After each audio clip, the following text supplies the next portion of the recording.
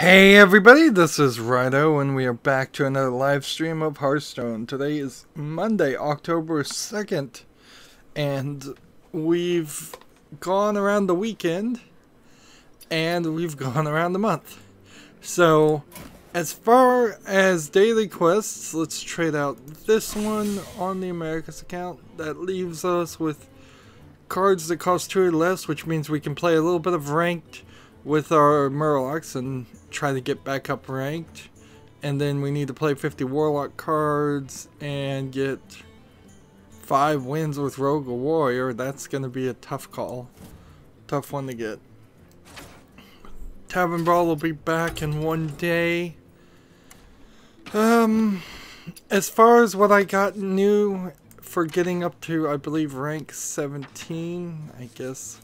It's just easier to type in the word new at this point. I have so many cards. I got a golden common. Disenchant that for 50 dust, I suppose. And we got a new card back, which... where's this one? September. Yeah, I guess that's our new card back that we got. We never got around for the reward card back of Call of the Light. I was using Call of the Void before, so I guess I'll never use that card back. These card backs are so stupid. It just a lot of dumbness in this game. A lot of stuff built around purchasing thing. Let's see if anything has disappeared. No, you can still buy Whisper of the Old Gods. I wonder if it isn't gonna really turn out to the point where you could where they're never gonna get rid of Whisper of the Old Gods and they're just gonna leave card packs here going forward, because you still can buy the old ones through the shop with real money, and I bet at some point they might even sneak the old ones back so you can buy them with gold. And if I was going to buy 50, let's just make sure my math is right. We need 5,000. We're at 3,155 right now. So we are close to halfway to the next expansion, and I haven't heard any talk of a new expansion. So I think we're in a good position there too. So everything is kind of working well, except this stupid ranked play, which, like, now it's been 2 months, and the metas decks probably are pretty settled. So if people had like a new meta deck that they wanted to try to put in the chat, I guess I could try some of those. But almost certainly if it's some of like Jade Druid, I know for a fact I don't have the card for Pirate. The Pirate deck that people are playing, I'm pretty sure I don't have the card for. There's still some very specific cards that I don't have, and maybe I'm saving up for some legendaries that I don't need, when I actually should be spending dust on some epics that I don't have. It's kind of ridiculous that I would be in this position at all, though, because... how about this little freezer? That seems like a decent thought. I've been playing this game for 3 years. I should be able to come at least close to playing a deck that has a better win ratio. The main problem, though, is certainly just the amount of time I'm putting into it. Like, even though we are now streaming on Monday, Wednesday, and Friday, in all actuality, as soon as I run out of news, I'm just kind of wrapping it up.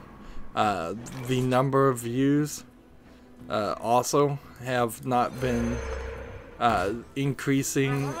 They've just kind of been stagnating or going down, the number of views for shorter amounts of time. I clearly could just stream for 12 hours a day and get maybe 100, 200, even 300 views. But that would waste so much of my time and so much of my energy that the next day I wouldn't do any pre-recorded footage. And Tuesday and Thursday are kind of the only days where I will do any pre-recorded footage unless I'm also doing some work on top of Hearthstone, and that hasn't been the case so far. When I stop streaming Hearthstone, I almost inevitably end up just continuing to play Hearthstone to get the daily quest that I didn't finish as I was covering the news. So more friends' help is really necessary. I really need to shoot for the goal of having all the daily quests on all 3 accounts done by the time I'm an hour and a half or so into each stream. Mondays are going to be slightly weird anyways because there's not a ton of news that's ever going to really happen during the weekend. Now, there is some news that happened this weekend as far as Los Angeles and there being a massive shooting in LA, but I saw that as it was first being announced last night as I was falling asleep, last night being about 1 or 2 in the morning, if not 5 or 6 in the morning. Yeah, I was closer to 5 or 6. But I don't know anything really about it, nor does it seem to at least to have anything to do with video games, so that's really all I'm going to say about it. But other video game related news we can start looking at and go through. Let's see, how do I want to fix this?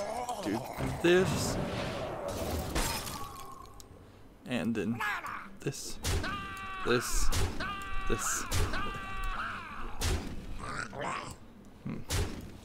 Just keep smashing the face, I suppose. This alone could take out 6.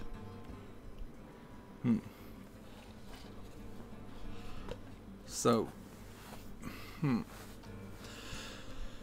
I've been playing Dirt 3 and wasting my time on a side project that really has nothing to do with this channel, trying to get RetroPie and old games filtered just down to things that are rather child-friendly, like early childhood child-friendly games, things from Disney, things from Nintendo. A lot of mental gymnastics to even have, like, even consider having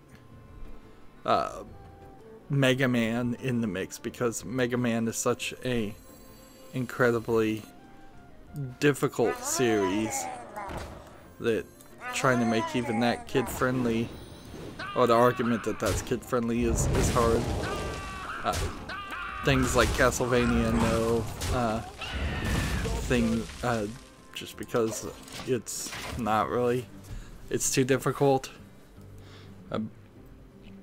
And yeah, so I spent a week in the times when I was too tired to actually record, but still suffering from insomnia.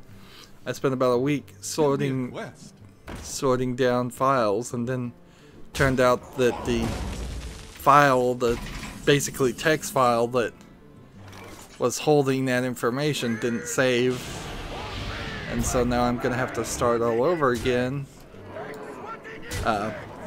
But that's fine. I'll get it to work, and again, that has really nothing to do with this channel, other than the fact that the RetroPie in some fashion, whether it runs well or not, it gives me access to all the games that I already own again.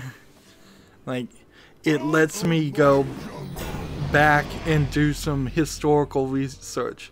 It's like if you lived in a city with no library and then they built a very good library, all of a sudden you can go back and look at all and read all these books that and have all this information. Or if you had no internet or no access to Wikipedia, for a more modern reference, now I can go back and say, oh, that's what this game feels like, and gain some perspective around nostalgia.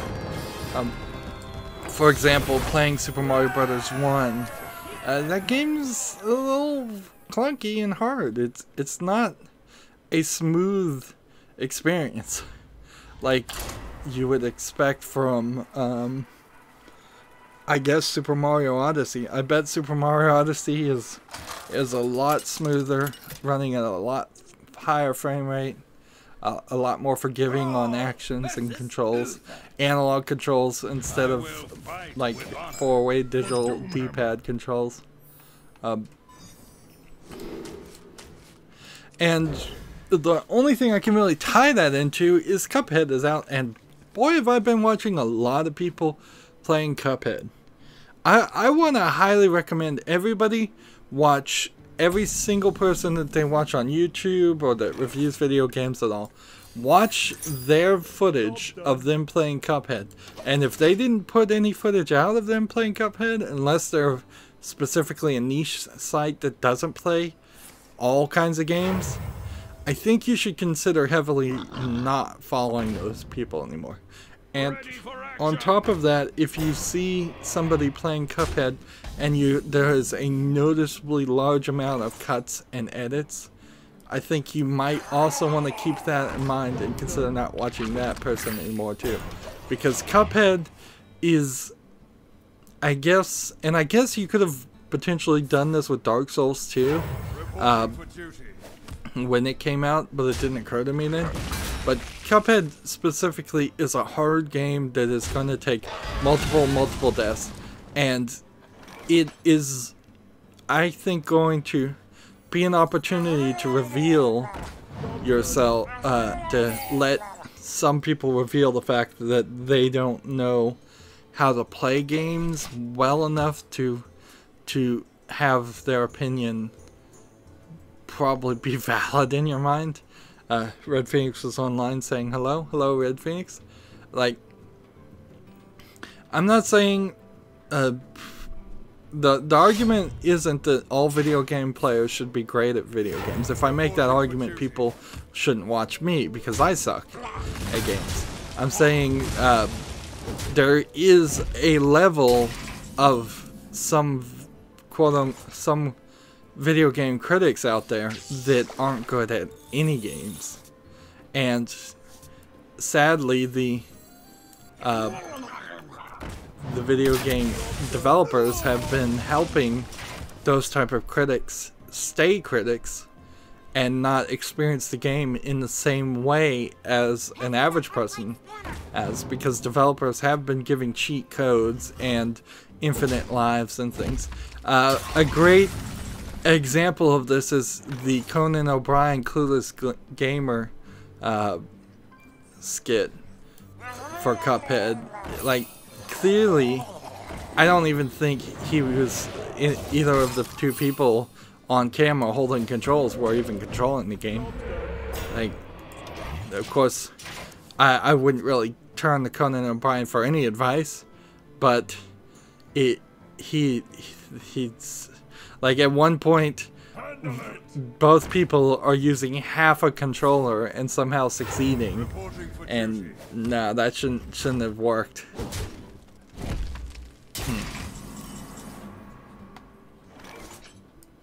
And so this might be a great opportunity for people to start saying who can actually play games and who can't.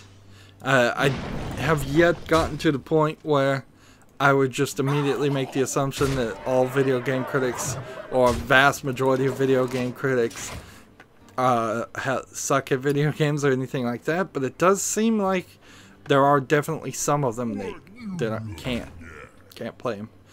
And on the other hand, balance this one out with the thought that maybe there is a person in a group of reviewers who only plays Persona games or visual novels or strategy games, things that aren't action-based, and they're really good at that. But typically what happens is the person that's playing those games is the low man on the totem pole, and they're playing those games because nobody else wants to play them.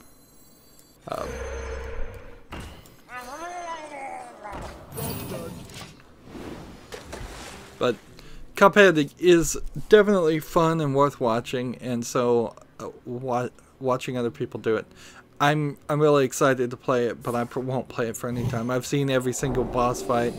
I think you could easily make a sequel to the game. Hopefully it doesn't take them as long as it took them to make the original.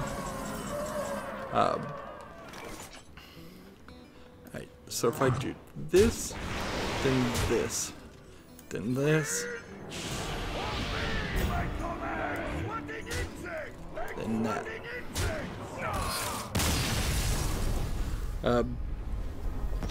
Red Phoenix, did you hear about the shooting? As I mentioned it at the beginning, I fell asleep about 6 in the morning when it was happening, and I know there is a shooting, but right now, as far as I understand it, there's no real evidence, and it doesn't really have anything to do with, like, we don't know a motive, we don't know a reason. There's really nothing to talk about there, particularly since it doesn't have anything to do with video games. I'd literally just be rambling about things I'm uninformed about to talk about it more than that. And I try to be a good news reporter, and a news reporter is focused around video games, so I don't want to sit here and speculate and just make things up off the top of my head, or be a talking head for like a 24-hour news station. Where Red Phoenix says 59 people died. I also saw on AP it was like 500 people were injured, because it was right on the Las Vegas Strip, I believe.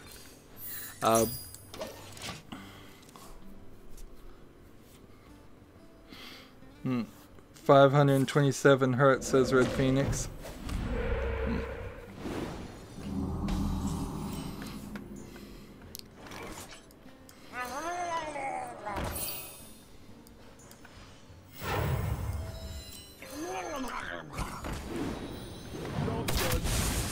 Like, there was the time when, like, I was in the middle of a stream and I saw some breaking news in the middle of a break, and I mentioned it, but for the most part, I'm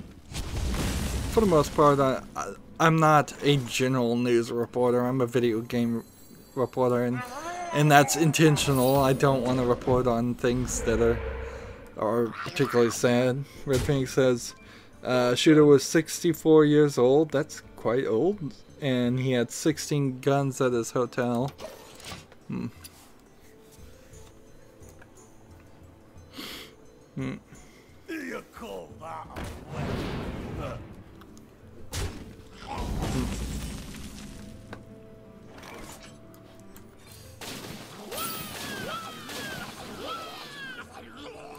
The weird thing about the world becoming smaller and smaller and news becoming more and more sensational is you're 100% guaranteed that you're going to just get more and more stories like this. And it's not even particularly like this is happening more often. It's just the range is getting wider and wider. Eventually we're going to get down to the point where on slow news days they'll be reporting shootings that happen in the middle of of Africa or Europe or Asia. I mean, the shootings happen every day somewhere, and that's definitely part of it. It's not all of it. We are also in pretty turbulent times where the level of desperation and dissatisfiedness is very, very high for many factors, mostly just a poor economy and poor opportunities to live a happy and fulfilling life. That is a major part of it. Red Phoenix says, at least one was full auto. How do you get 16 guns into a hotel? I imagine you just walk it right in. It's not... I've never been to any of the hotels in Las Vegas, but one would assume if you just drive to Las Vegas with 16 guns packed into bags and you roll a bag or two into your own hotel room, nobody looks at it, nor does it even really go through a metal detector per se. Like, perhaps, but full auto guns are huge. Not if you disassemble it, and you don't. Size really isn't that big of an issue. If you have a, I mean, I could easily see you could have a full suit with a fully assembled automatic gun inside of a suit, just hanging on a coat hanger, and that nobody would question that. Nobody's gonna go or suspect that there is anything in one of those plastic things you put around suits that zip up that dry cleaners use. But also, if it's a gun that has the part that you put on your shoulder that folds, you've cut half of the height down there. If it's a gun where you can take the barrel and the assembly off pretty easily, you've lost half of the height there. It's rather easy.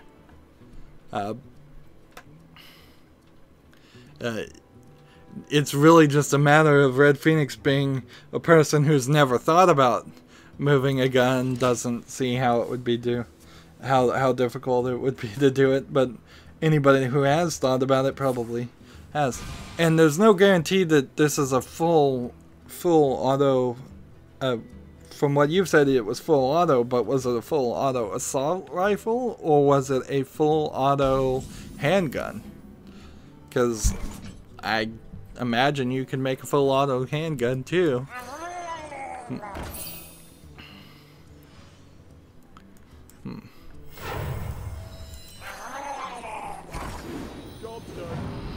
I would say personally, I think there are way too many guns around the world, and we need to work to get rid of them all. We need to disarm. The United States has this terrible thought that we need to protect our police and our army so well that we just continuously need to get them more powerful and better guns, and that keeps the corporations that are selling the guns and making the guns in business, and that's who's propagating that mentality, when in reality it's just an escalation of violence, and escalation of violence are always going to turn out badly. And the argument is true that there will be people out there with guns, but and who can get illegal guns, but giving more and creating more of a demand for them doesn't help anything. In the end, we need to melt down every gun we see, and that's not what happens when a police catches a criminal with a gun, that gun doesn't get melted down and destroyed. No, it goes into the police's pocket. And, well, the police's supply. And that's not helpful. Like, we need to get rid of guns. We need to get down to the point, like in some of the Asian countries, where the worst possible type of attack that can happen is somebody swinging a knife around. And you can, this is a great example. If somebody was on the Las Vegas Strip and they had the biggest sword they could possibly handle, so like a big old katana sword is realistic here, a big Japanese katana sword, and they were running around swinging left and right, almost guaranteed that 59 people wouldn't be dead and 527 people wouldn't be hurt, because the playing field is a lot more level for somebody who is unarmed compared to somebody who can be very far away with a gun and shoot, and they don't even have to really aim in a crowd because somebody's going to get hit somewhere. And I would like to see us in the United States move towards police having their guns locked in their cars, not carrying them at all times. I would like to, I mean, we've already given the police the ability to use tasers, and they very liberally use it when they want to, but often they don't even want to. They just want to shoot somebody.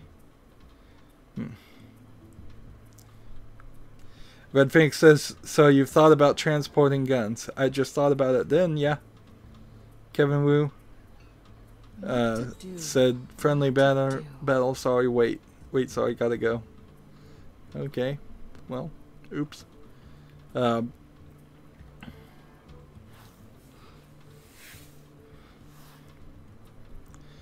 The United States has open borders between the states, which I don't think they'd be federally allowed to not to do that.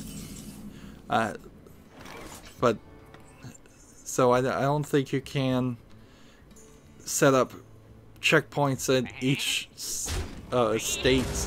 state line searching for guns. Although you probably could get away with doing it, it's just not financially feasible.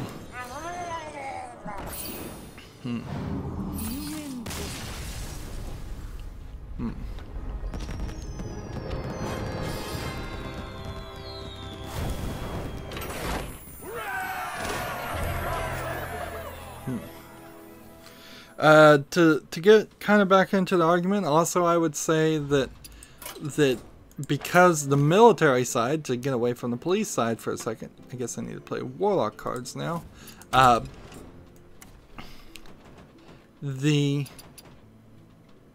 get rid of this custom shaman, I don't know what that was. The military is almost always carrying a gun and getting way more weapons than guns. Like, the drone strikes are more the argument for the military, and because we continuously in the United States military are just on missions of violence, which is what the military is.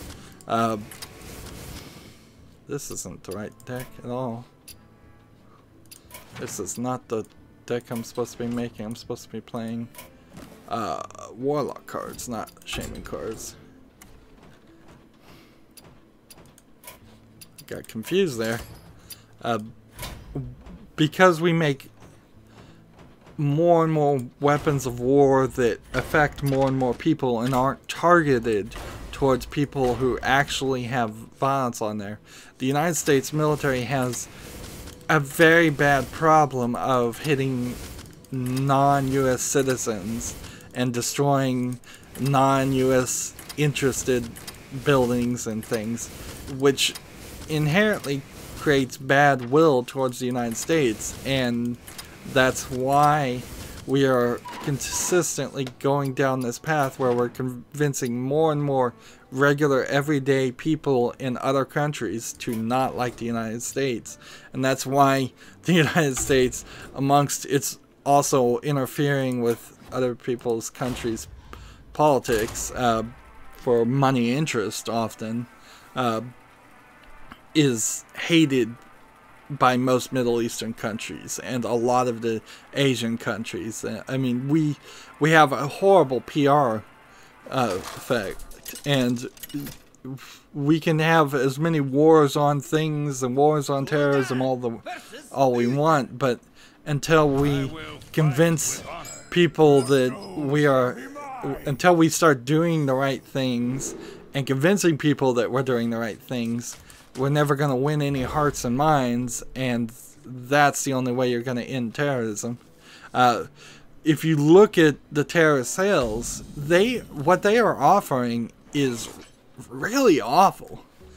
So you kind of have to have an invested hatred in America to be willing to go live in the desert, do a bunch of militaristic training, suicide, blow yourself up.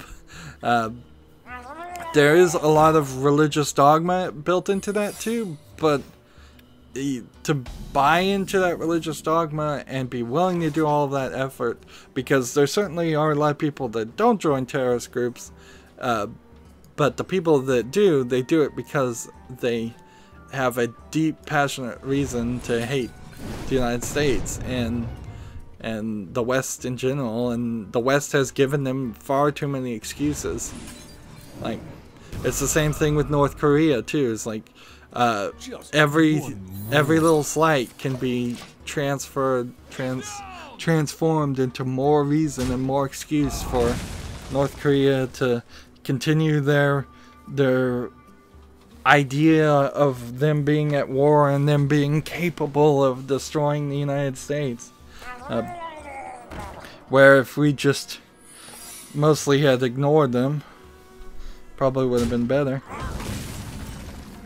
Red Phoenix says, let's say a person goes around stabbing people. How are you meant to stop them? You can't get close and risk being stabbed. If no guns, are you meant to throw rocks?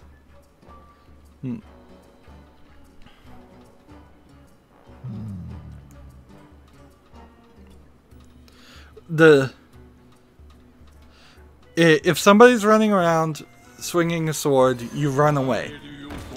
You always run away. That is always the solution to everything. The difference is when you are running away and somebody is shooting a projectile weapon at you, they can still hit you. When you are running away and somebody is swinging something that is attached to them, whether it is a sword or a club, they can't do it. It is not the citizens' job to stop people. It is a citizen's job to stay out of it and not become involved as best as they can. That simply. Now, the police, on the other hand, have tasers. And if we were to ban, say, guns in the United States and just let people have tasers, it would be at least a step in the right way. But again, it's not a citizen's job to evaluate the situation and try to stop people who are doing things bad or illegal. It just isn't. Citizens aren't trained to do that. It would be ridiculous to try to train all citizens to make those decisions. Like, we clearly already have a problem with the police not making the right decisions in many situations. The last thing we need to do is involve citizens who haven't been trained at all to try to make the same decisions.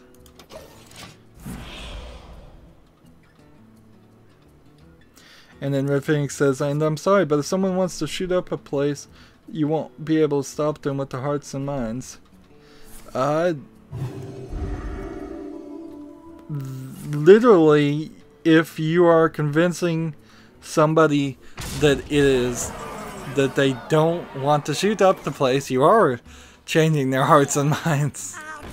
Like, there will always be shootings. We're never getting down to 0 shootings until we have like a giant magnet in space that can just suck every bullet away. Until there's some kind of ridiculous technology to get rid of all guns and stop anything like a gun from ever being created again. What you stop by changing people's hearts and minds is you stop recruiting techniques for terrorists, for gangs, for organizations.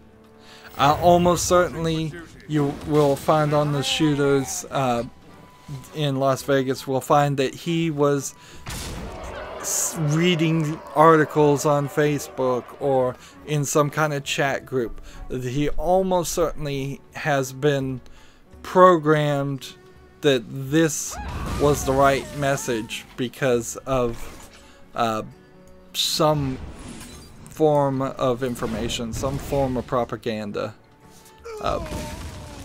Oops. Killed myself there.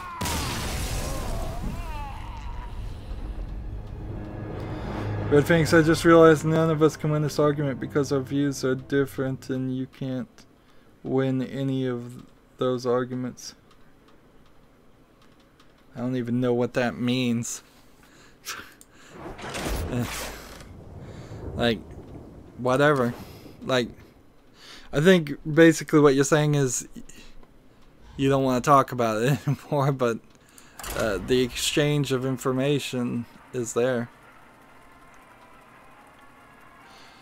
I've had my say, and frankly, Red Phoenix, you brought this up, so if you don't want to listen to me anymore, fine. I'll move on to video game things, which is what I was wanting to talk about in the first place.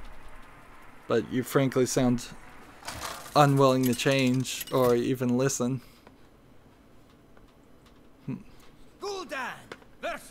Moving on. Do I even have that much news? Let's see. Nope, that's not news.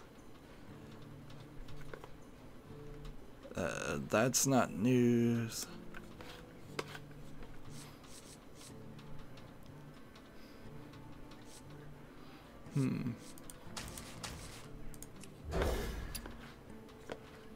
Is that news?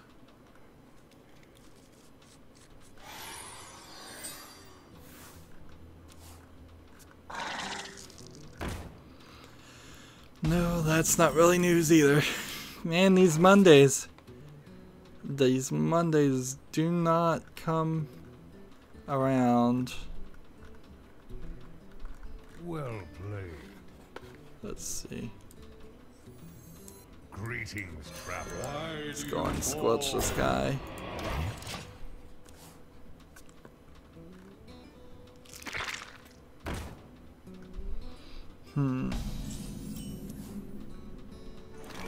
There's a game called Figment. When is it out? Guess I'm gonna have to just look and see when it is out. When is it coming out? It's kind of Disney-esque. Get it out! Get it out! Not the boss of me!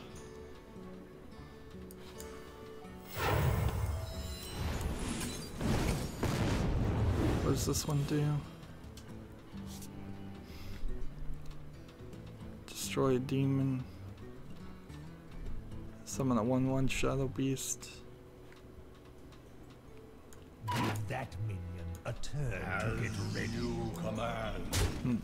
Almost out of time. Let's see, where's Figment's release date? Let's see. Figment is due September 22, so it's already out, so I'm looking at an advertisement on PC Gamer. But it does have an interesting looking game, so I think I probably will put that on my wish list. Like, Star Wars Battlefront 2 multiplayer has been restored now with Steam and Good Old Games crossplay. I believe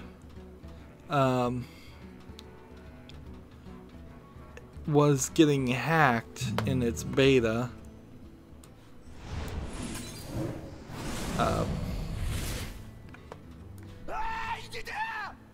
Let's go ahead and hit that. Hit that. Hit that. Draw a card. In the turn. Let's see. Am I right about this?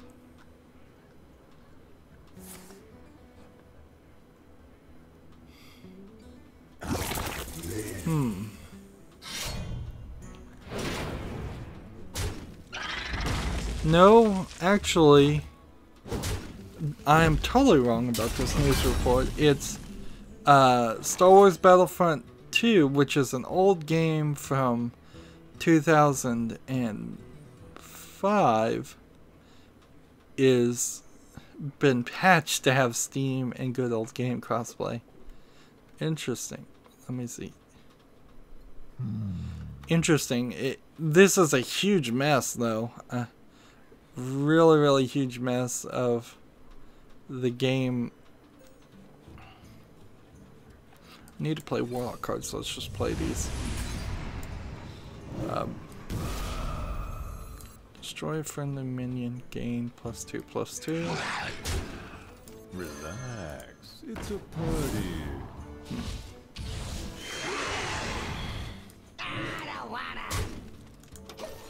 So yeah, major problem with them doing Battlefront 2 twice. And so the old Battlefront lost its GameSpy matchmaking in 2014. Man, that was really stupid. Apparently Battle.net may soon support Discord style groups and an appear offline feature. Why? I feel like the appear offline feature already existed, at least for the chat, so I don't know what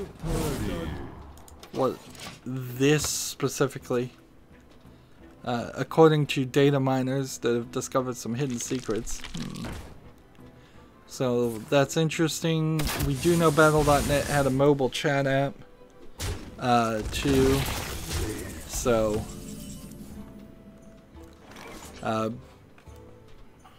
that is, it seems like they're doing something there to improve the... Whew, I'm not awake today. I can already tell. To improve the interaction on Battle.net. Honestly, I wish Battle.net would just integrate into Steam. Steam desperately needs more of that. Friends can connect and chat and talk to each other. Battle.net needs more of that too. So the two combined could be on par of PlayStation Network or Xbox One, but separate. They're not very good, and you're still all competing against Discord, which I think Discord might be here to stay, even though I have yet to figure out how it really works, and I don't know if it really works for my channel at all right now. We've got it there, but I don't think we're going to have a real push to get people to use Discord until at least a year from now, unless I start getting a lot more subscribers. That was an interesting thing that came out too, that that somebody posted on one of my videos about how can you consistently put out videos for years and put out multiple videos and do a decent job, which those are my words. I think I've done a decent job on being, I've been very good about being consistent, which is what YouTube told me specifically, and made sense, and it made sense in many different ways, and yet still kind of just teetering around 200 subscribers. And meanwhile, YouTube has changed the rules yet again to be hostile to new and small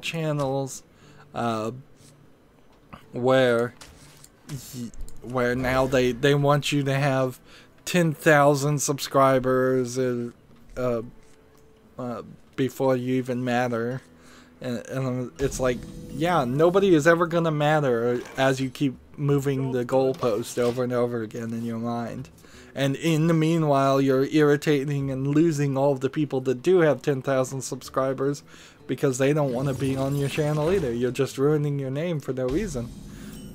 I know there's scams out there, people who put like full movie in the name of their title, and then they have links to other websites that are installing viruses and things. And I know they could work on that, but their solutions really don't even fix the scams and the problems.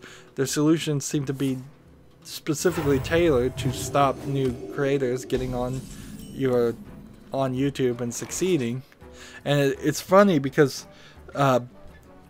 last stream somebody said get on a rant on YouTube, and I said, well, YouTube hasn't done anything, and pretty much right after I said that, YouTube did something. I had hoped at least that YouTube was gonna just give everybody a break and stop doing stupid things, but no, they just seem like they're gonna constantly do it.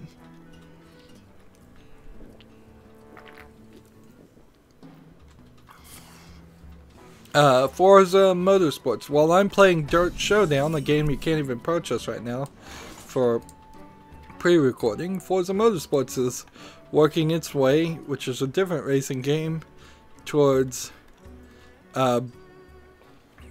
irritating everybody by just offering a bunch of, I think, microtransactions and different versions of the same game to purchase. Let's see if we can get some details here. Forza Motorsports launches the Ultimate Edition of the game. VIP members in the Forza series staple included various editions. VIP members get exclusive cars, online events, as well as bragging rights. But membership is most valued for Forza for speeding up progression through the game. Typically, and certainly in the case of Forza Motorsports 5 and 6, this meant a 100% increase to the credits earned in races. So you get credits when you do a race, and that is necessary to because that allows you to. I wasted one mana there, but whatever. To unlock cars, and obviously the cost of unlocking things must be pretty high, designed around forcing people into VIP if people care. In Forza Motorsports 7, however, VIP members are rewarded with, among other things, 5 VIP mods that can be used to apply 100% booster rates. Each can be used 5 times, so they're single-use mods, or 5-time use mods. So you have 25 times that you can do 25 races to get the most amount of money, which that is certainly greedy. That is really, really greedy. Relax, it's a party.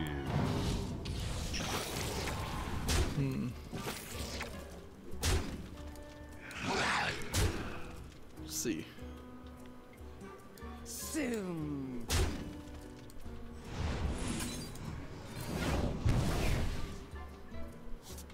Let's go play this. Do this. Do this. It's a party. In my turn. Let's see. Is there anything else Alpha they're doing? Yeah.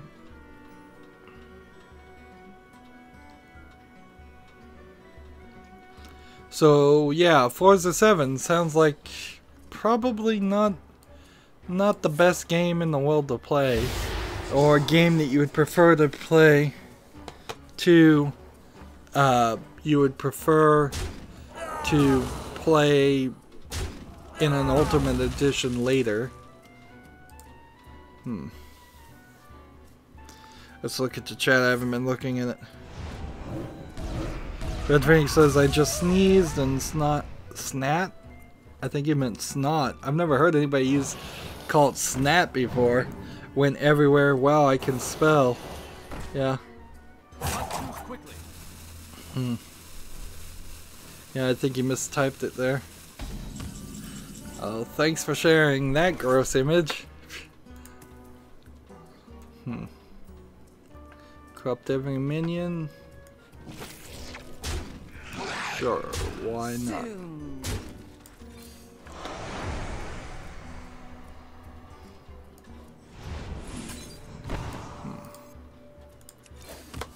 Am I really trying to even win here? Do I have to?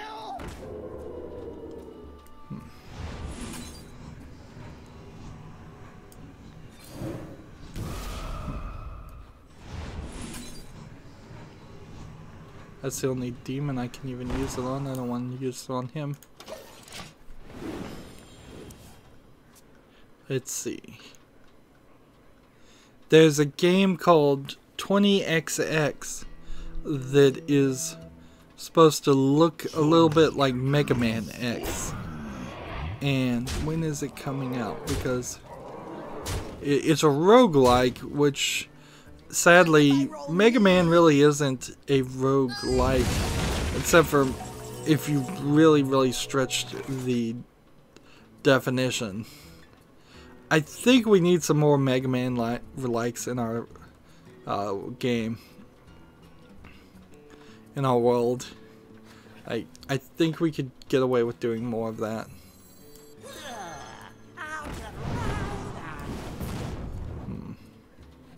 I'm about to die, so I'm gonna play this. And then do this. And then just do this for no reason. And then in the turn. And this. When is it coming out? Out of my jungle. Was 20XX already out? Some of these articles just really fail to give you the details. Man, they like just at the beginning. When is it released? What platforms is it released on? Tell me the basic things that anybody who's reading this article and who might be interested in this game would want to know.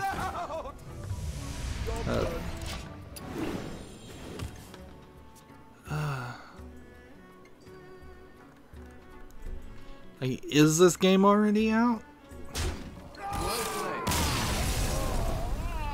I guess maybe they just don't even have a date, yeah, because I'm scanning through all of these paragraphs, which is quite a lot of text here, and it's like it seems to have no platforms, no date.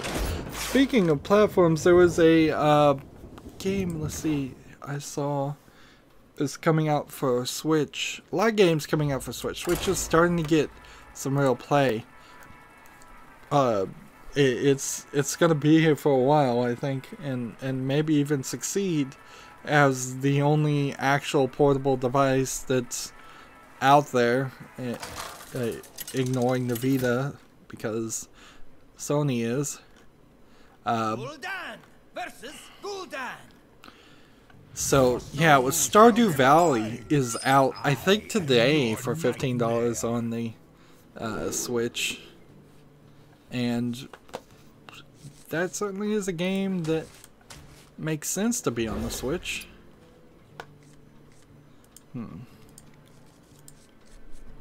There's a YouTube video out there of a really early version of Witcher, like a lost 1997 The Witcher tech demo. It looks awful. as one would expect for 1997, but that's kind of it. Let's see. Speaking of kind of it, like somebody built a NVMe RAID drive using Threadripper. This is another PC Gamer advertisement, almost certainly. Though AMD's free driver update for the X399 platform is finally here. Okay. So if you want an AMD processor, which I still don't think you should probably do, that's gonna kind of suck.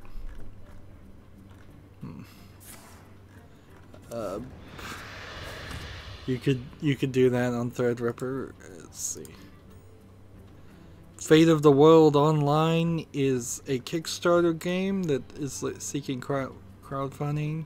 It is, I believe, set in a world where the environment has gone crazy, like global climate change finally kicked it in at such a large level that you're now having to live in this post-apocalyptic. Let's watch the Kickstarter video here.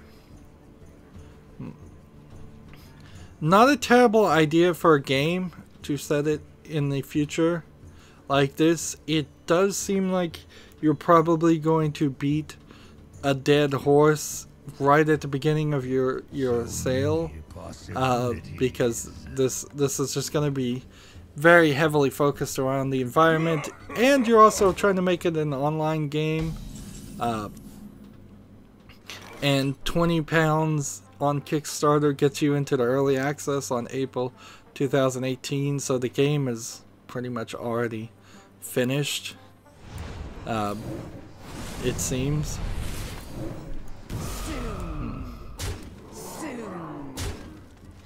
Job's done. It looks kind of pretty, or it did in the one scene, but you know, now that I'm looking at the video, there seem to just be some background art things that look really pretty, but the actual game is almost like a Plague Inc. globe flat 2D animations. So I was wondering about, and let me know in the comments what you think about this, if I was to keep Kickstarter games, which I generally don't want to cover for Mondays, since there's there really is a vast amount of Kickstarter games. Well, no, it's not that there's too many Kickstarter games, it's that there's nothing to say on Monday, and there's always never going to be anything to say on Monday, so Mondays are inherently going to be a short show. A game called Atelier, Liddy, and Suli are coming to PC in 2018. This is a Japanese game, clearly. Let's see if we can... A console-centric series is coming to PC. What kind of game is this, though? And the latest in the Atelier series, so it's Atelier : or space Liddy and Suli, and it's two anime girls, one with a gun and one, I think, but this apparently they're twin sisters according to this video. The other one seems to have some kind of scythe, I think is what I saw. Discover mysterious worlds inside paintings. And then it's a 3D environment, and it's an RPG element, RPG 3D world. No, it's not a scythe, it's a magical wand. No? I wonder. Yeah. And there's a third character in conversations. Okay. So, anime inside a mysterious world, which there's a whole genre of mysterious worlds animes out there. And when is this coming to PC? In early 2018.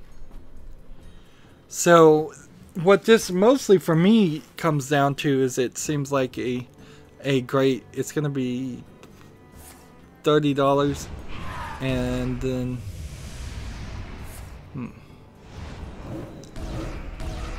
wait, no, it's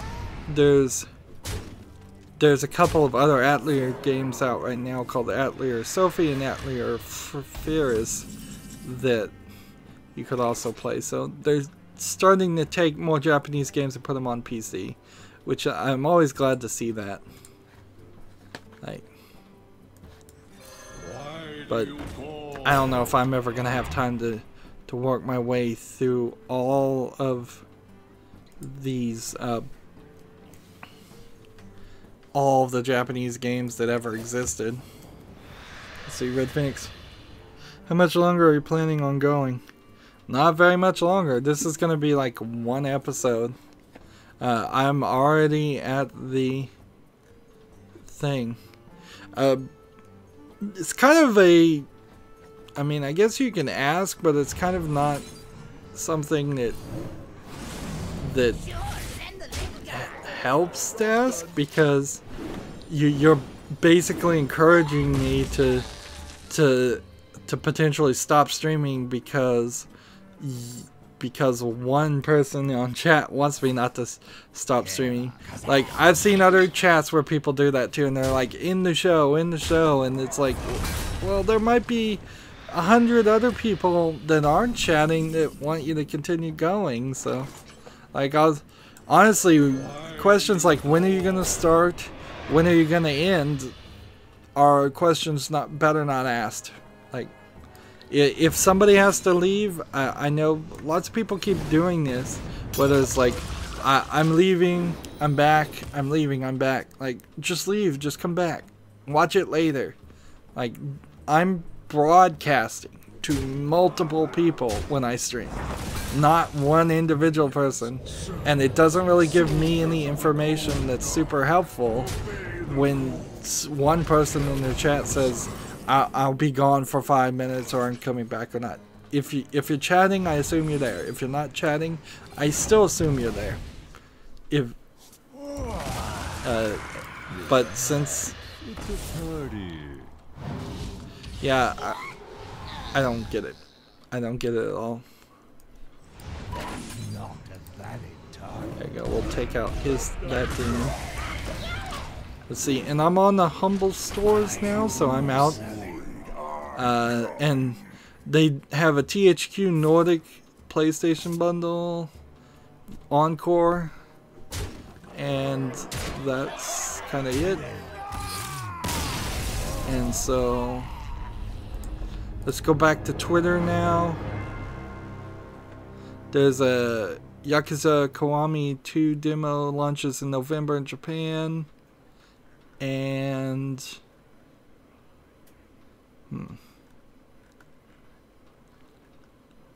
let's see. Dev calls it quits after losing entire catalog in Steam. So that developer who put all of that garbage on there is saying he's calling it quits. We'll see if he doesn't try to pop up again under some other name, because almost certainly that's what you would do. Say, well, I'm never doing that again, and then I wait 6 months, wait a year. That's typically what scammers do, is they try and they try and they try. They change it up, they try to adapt. And then I'm scrolling through Twitter, and there's like nothing. No news. So, because I am streaming Monday, Wednesday, and Friday, I effectively need to get at least 3 recordings, or I need to get at least 7 no, 5 recordings per week because I'm only airing videos Monday through Friday. So as long as I got on average 2 per day, I'm fine for a while, particularly since I have a big buffer. But today, I really only have I really don't have anything more to say. And I would like to get back to Dirt Showdown because I was rather enjoying that game. I liked it a lot. I'm liking it a lot better than Dirt 3. And now, because there's less time to do pre-recorded things between today and Wednesday, I actually need to get more work done too. So we got 2 of the daily quests done on screen. I'm going to try to work on getting these things done off screen. We didn't even get to the European or the Asian accounts, but like once I get to 35, almost certainly all of those accounts are not going to become big factors. I may play people and send them requests off screen too, and see if I can get some daily quests done then. But I think for this stream, it's I think the stream is done. Red Phoenix goes, you're streaming Monday, Wednesday, and Friday, right? That is the plan. No guarantees, because there could always be something crazy. But that is the plan from now on, is Monday, Wednesday, and Friday. More consistency. That seems like that works for everybody. And then he misspelled Wednesday, but and he's like, OMG, autocorrect, why aren't you helping me? I don't know why your autocorrect's not helping you. And Nightbot was working for the most part as soon as Red Phoenix got on here. So, yep, that's going to be it for this stream. Almost certainly, Wednesday will have twice as much news as today. Almost certainly. Because all the press releases come out late Monday or early Tuesday. As always, I ask you to like, share, subscribe, comment down below if you want to, and watch every second of my videos, because all of that helps me with YouTube, and maybe someday will convince YouTube's algorithm to actually recommend my videos to new people. If you want a friend to follow me on basically any social media sites, there's a whole bunch of links down below. Thank you for watching. Have a good evening.